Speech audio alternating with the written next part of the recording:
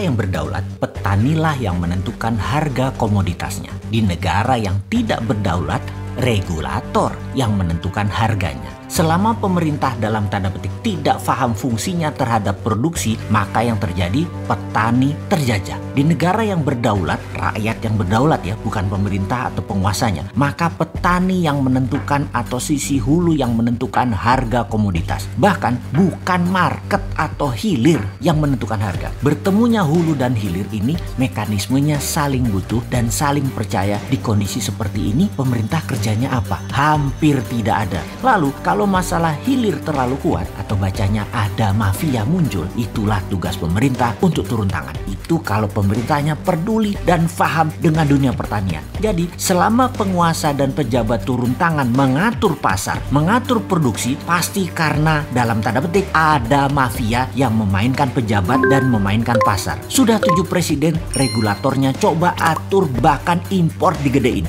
Bukannya selesai masalahnya, tapi jadi runyam ya. Jadi bisa dong disimpulkan pemerintah hingga saat ini tidak berdaya alias impoten dengan mafia pangan. Oke, kita lupakan pertanian sebentar. Ada lagi yang penting untuk kita cermati selain import hasil tani dari Tiongkok oleh agen Tiongkok, yaitu sebentar lagi kita akan sampai di tahun 2030 di mana tidak sampai 9 tahun lagi dunia akan terdistrap dengan pertumbuhan di Asia. Apa faktanya di tahun 2030 tersebut? 1. 60% populasi dunia ada di Asia. 2. 60% middle class income populasinya ada di Asia. 3. 70% artificial intelligence menguasai dunia, manufakturnya di Asia. 4. 60% GDP dunia dari Asia. Pertumbuhannya 35-60% dalam 10 tahun ke depan dari 38%-an pada saat ini. Asia bergeraknya dipimpin oleh Saudi dengan visi 2030, dengan gerakan China yaitu visi 2025-nya,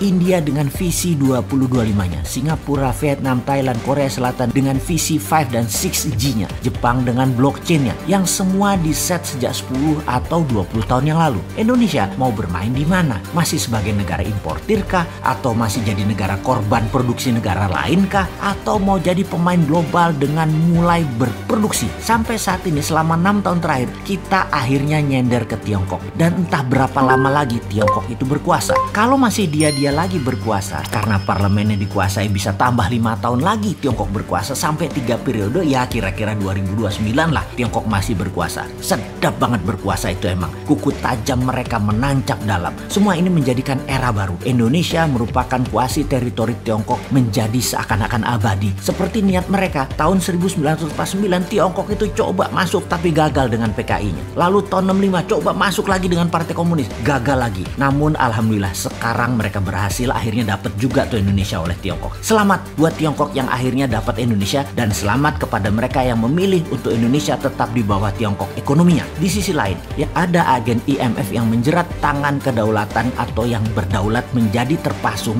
dalam bernegaranya. Tugas beliau di kabinet sederhana. Pokoknya bagaimana caranya Indonesia harus berhutang selamanya dan harus di bawah IMF dan World Bank kendalinya. Kalau kita kritik habis-habisan akan kebijakan negara yang selalu berhutang karena mereka punya penangkis, tapi mereka canggih. Mereka punya penangkis yang cantik yang namanya buzzer. Buzzer memberondong di sosmed terhadap para pengkritisi. Lalu ada satu lagi yang mereka pakai yaitu kaum akademisi yang isi kepalanya kalau printing money itu harus inflasi. Ilmu palsu ekonomi pokoknya masuk di kepala mereka. Padahal printing money bikin inflasi adalah jawaban yang digeneralisir.